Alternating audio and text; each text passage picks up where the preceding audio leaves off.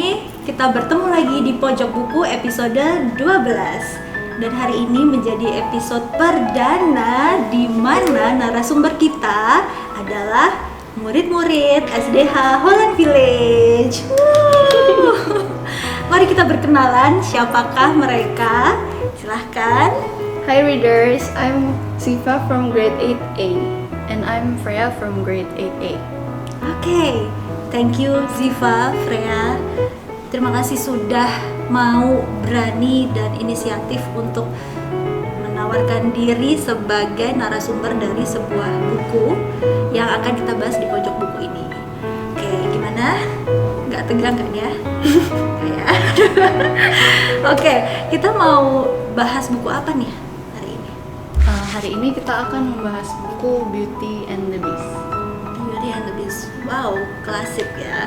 Sebuah cerita klasik yang saya yakin readers sudah pernah mendengar cerita ini atau membacanya sendiri atau mungkin menonton filmnya ya. Dan tapi apakah readers tahu fakta-fakta yang ada tentang cerita ini? Cerita ini, Beauty and the Beast, ditulis dan dipublikasikan pertama kali oleh seorang penulis atau novelis yang berasal dari Prancis di tahun 1740. Makanya dinamakan classic story karena usianya cukup tua dan melewati berbagai revisi, diperbaharui, dicetak kembali, diterjemahkan sampai akhirnya menjadi sebuah cerita yang sederhana yang kali ini ada di buku ini yang akan kita bahas. Oke, jadi coba kita mau review ya detail-detail cerita yang mungkin akan penting untuk kita bahas nanti. Tapi apakah Freya dan Ziva masih ingat detail-detail ceritanya? Yuk coba, ada 3 pertanyaan nih yang ibu punya. Pertama, Beauty akhirnya pergi ke istana Beast bersama ayahnya karena Dia ingin menolong ayahnya. dia ingin menolong ayahnya. Oke. Kedua, benda apa yang ditemukan oleh Beauty di kamarnya di istana Beast yang menurutnya adalah benda yang terbaik?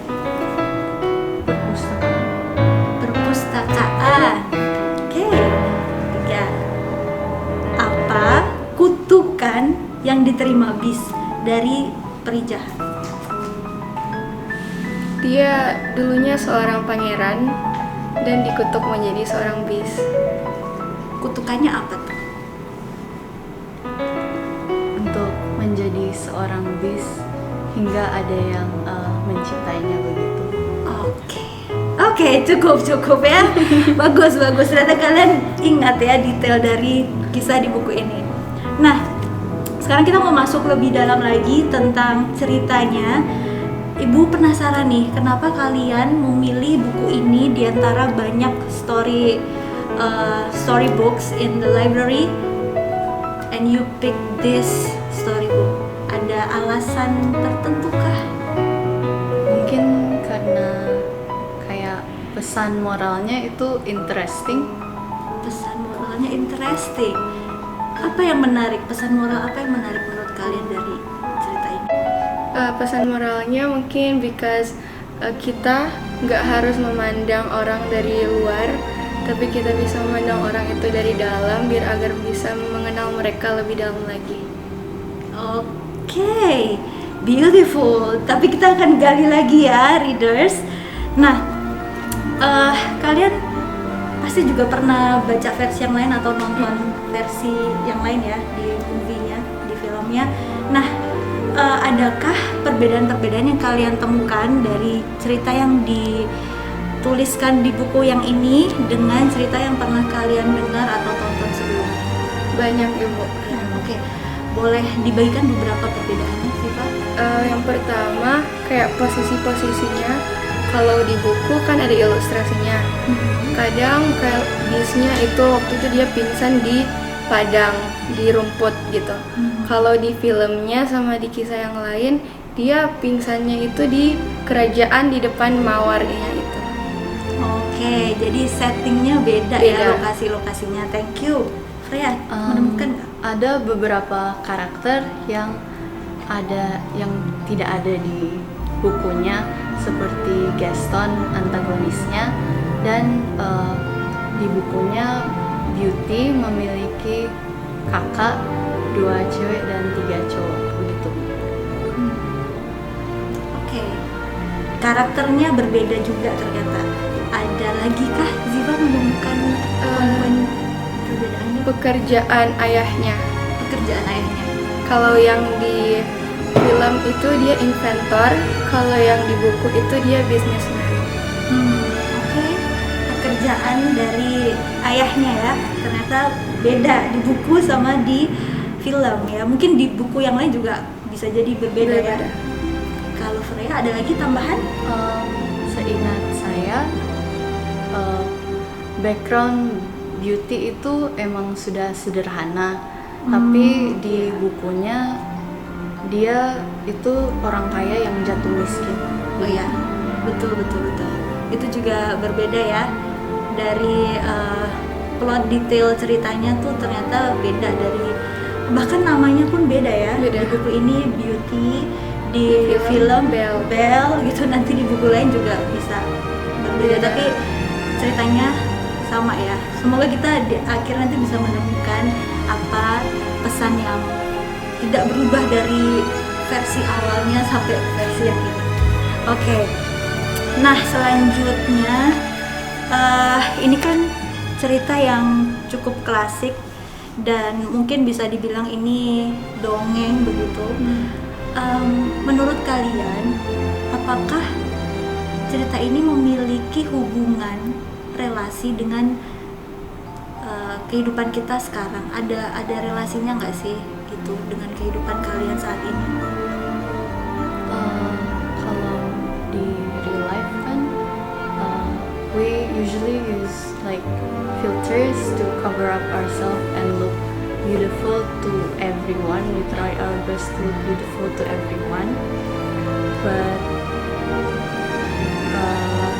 like our looks shouldn't be a reason to judge other people.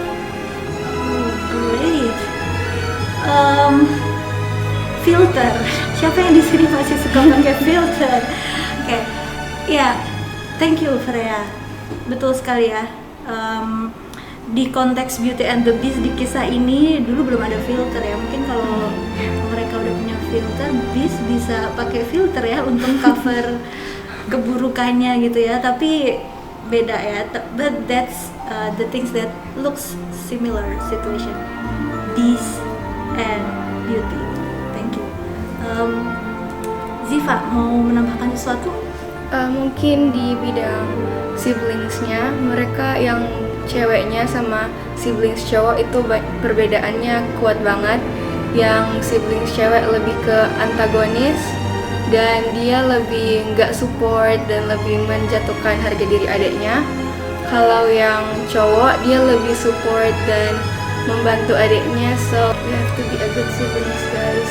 Oke, great point. Oke, Ziva siblingsnya suportif nggak? Supportive sih, Bu. Suportif ya, puji Tuhan. Oke, nah kalau mau kita gali lebih dalam lagi tentang Beauty and the Beast ini, sebenarnya apa sih definisi beauty menurut kalian? What is beauty? Ziva?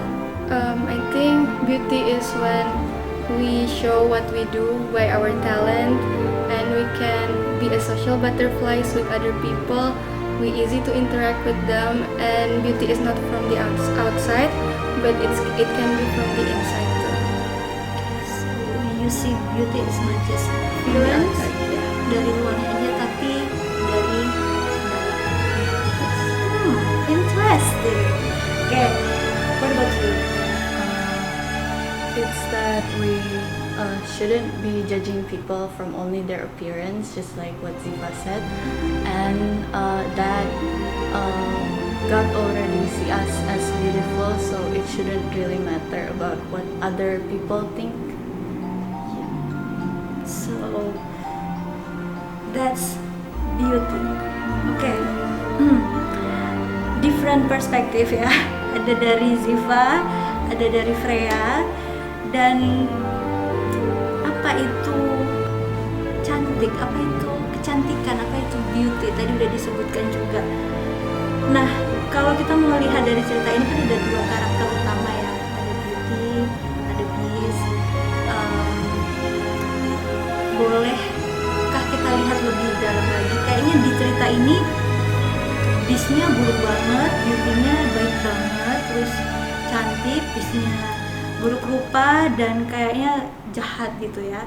Nah, dan cerita ini berakhir bahagia ya di buku ini, dan kayaknya mudah gitu untuk menerima seseorang gitu kan. Kayaknya tiba-tiba halaman berikutnya udah penerimaan aja gitu. Tapi menurut kalian, is that easy to accept someone, like accept this or someone like yang mungkin sulit untuk dikasihi? Is that easy? What do you think? Menurut saya mungkin awalnya susah karena kan kalau misalnya kita nggak kenal, apalagi Beast baru ketemu sama Beauty-nya kan, jadi mereka mungkin agak susah buat berkomunikasi. Tapi semakin lama kita mengenal mereka mungkin semakin nyambung gitu, jadi bisa lebih dekat dan mungkin Beauty bisa menerima Beast tapi nggak dari luarnya, tapi mungkin dari hatinya mereka bisa nyambung gitu. Oke, jadi ada proses ya. Ada proses. Ada proses dalam penerimaan itu. Freya mau menambahkan? Tidak. Tidak. Oke, thank you.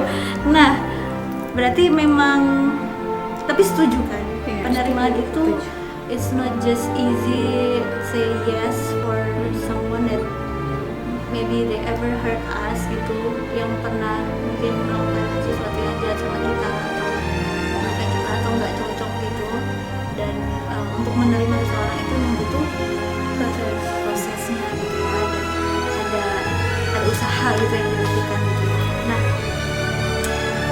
sekarang nih dari buku ini, dari cerita ini, apakah ada pesan atau moral value yang kalian dapatkan dan yang menurut kalian penting untuk para readers itu untuk tahu gitu? Silahkan. I think that it's really hard to accept people, especially when they make a lot of mistakes. But God already accept us the way we are, so we shouldn't change ourselves for other people, and we should just be thankful to the way God accept us. Great point. Sila? Mungkin kita harus jangan menilai orang dari penampilan, tapi kita harus belajar mengenal mereka terlebih dahulu sebelum menilai penampilan mereka. Ya, dari kisah ini kita bisa belajar banyak hal. Dari diskusi tadi, at least saya bisa menyimpulkan ada 3 poin yang bisa kita pelajari. Yang pertama adalah tentang gambar diri. Bagaimana kita melihat diri kita, we are created wonderfully, made in His image gitu ya. Tuhan sudah menciptakan kita dan Tuhan mengatakan baik, sangat baik, dan kita perlu mensyukuri itu dan melihat bahwa Tuhan menciptakan kita begitu indah di hadapan Tuhan. Poin yang kedua yang perlu kita pelajari dari sini adalah sadar diri. Kayak agak kejam gitu ya, tapi we are human and we are sinner. Sometimes we hurt others, and ya kita juga sebenarnya adalah beast ya untuk orang lain yang kita sakiti gitu.